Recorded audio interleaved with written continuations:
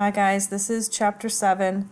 My voice is a little hoarse. I'm sorry. I'm still recovering from my sick day.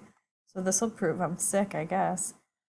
Here we go. This is starting to look at more of the argument lecture as we move into the final paper.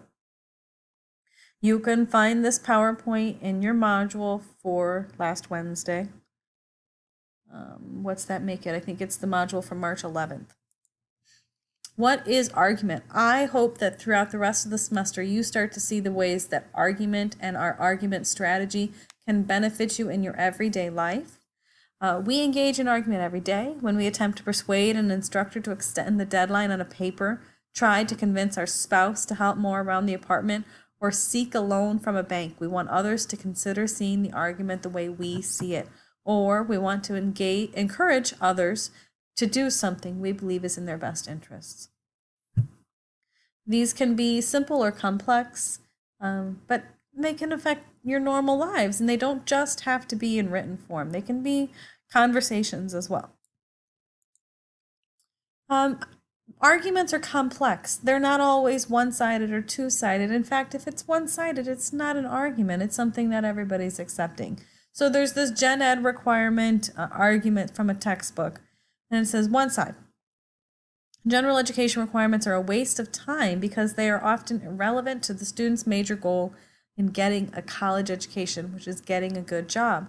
The other side, general education requirements are invaluable because they prepare students to be enlightened citizens, more fully prepared to participate in a democratic culture.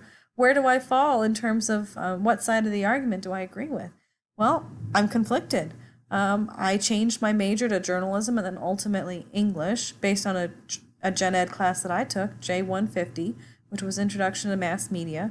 My career is teaching a gen ed class, yet at the same time, I truly do see the benefits of some of these certificate programs and 2-year degree programs that don't always require these gen ed classes, intro to philosophy or whatever you may have.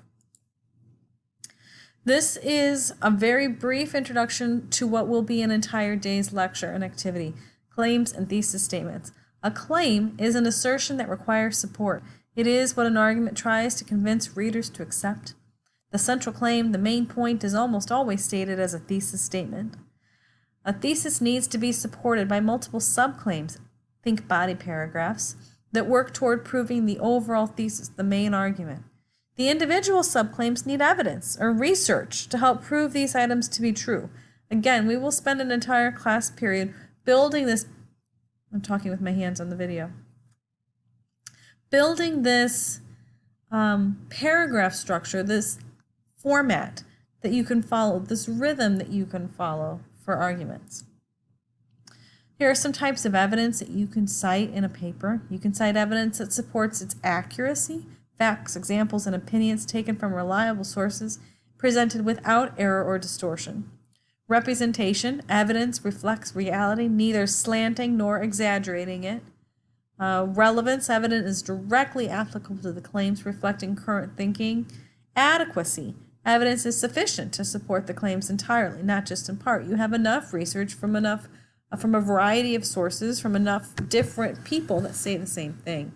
We don't want to twist or change or cut short our research to make sure it fits. If we lie or try to trick our reader or our audience, they will eventually catch on and our purpose will be lost.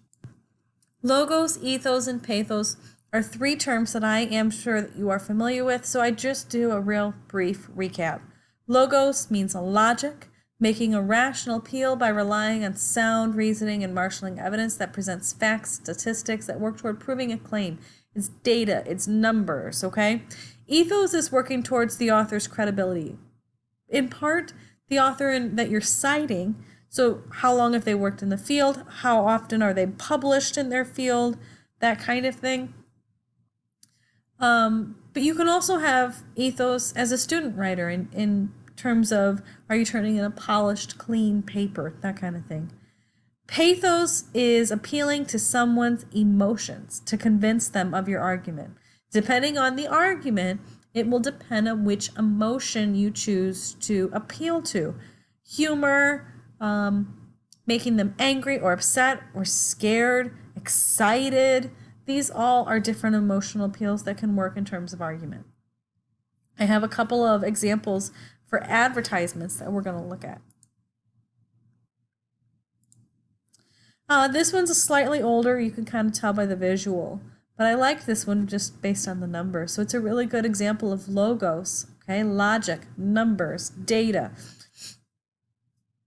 Last year, handguns killed 48 people in Japan, 8 in Great Britain, 34 in Switzerland, 52 in Canada, 58 in Israel, 21 in Sweden, 42 in West Germany, 10,728 in the United States.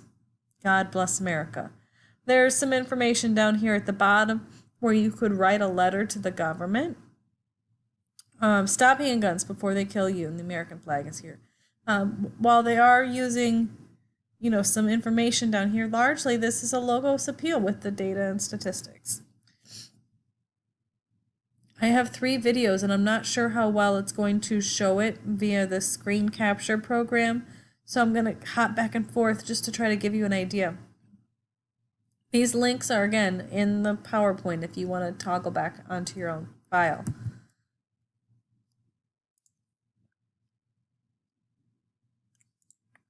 So,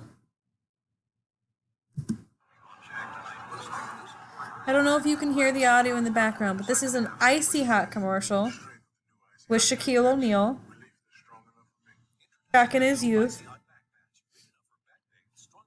talking about his back pain.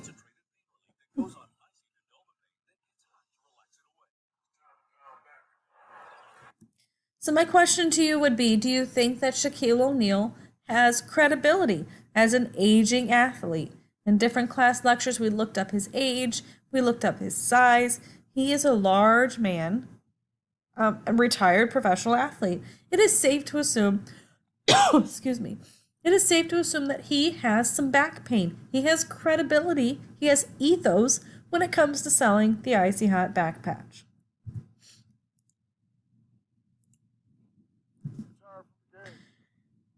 Again, I don't know if you can hear the audio, but this is Shaquille O'Neal selling a Buick. It's a commercial for a Buick LaCrosse.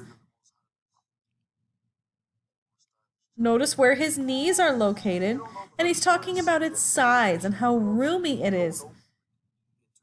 The other thing I always point out is where the headrest is located in this commercial in order to get that large man physically into this mid-sized sedan.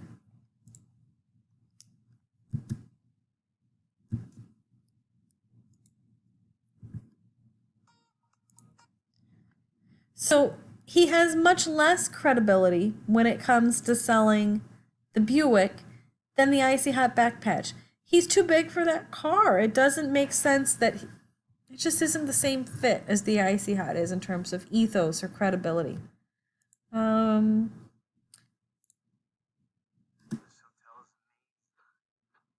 This is a Priceline commercial. William Shatner, Kaylee Coco. I think I'm saying her last name wrong.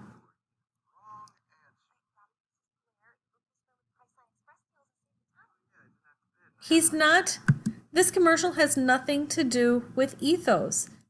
Nobody in here is questioning their credibility.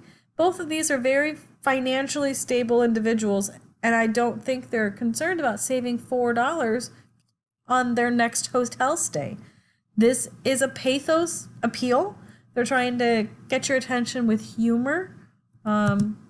But this is not a credibility appeal. We don't trust that they're necessarily using Priceline to book their travel needs.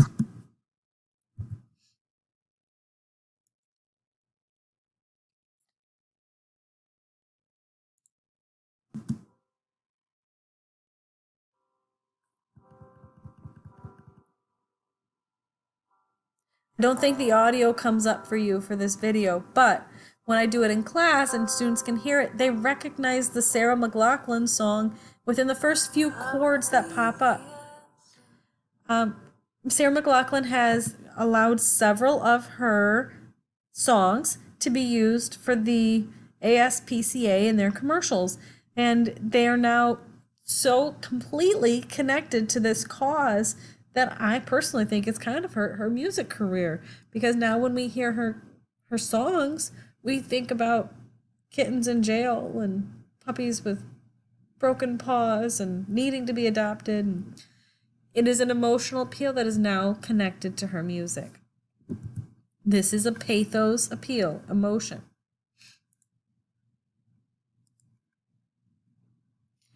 There's some logical fallacies here, and these just are, this is Latin.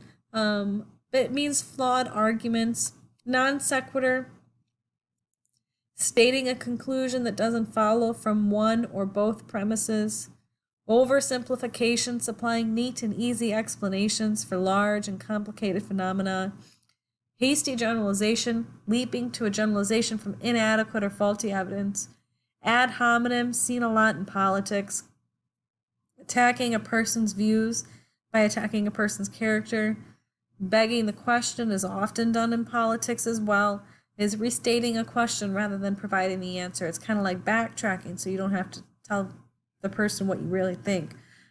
Why would you want to do this? Well, there are many reasons why an individual would want to do such a thing. He didn't really answer the question. Features of the form. This is in every chapter that this textbook does for writing an argument. We hope to convince others to think as we do. Any topic is fair game, but the topic needs to be something of consequence, meaning it matters to other people. Like any form of writing, the design of arguments depends on the situation. The good sources for your research would be experts on the topic, sources of reliable data. I would avoid using your personal experience and observation, but this will help you in your research if you have some background knowledge on your topic.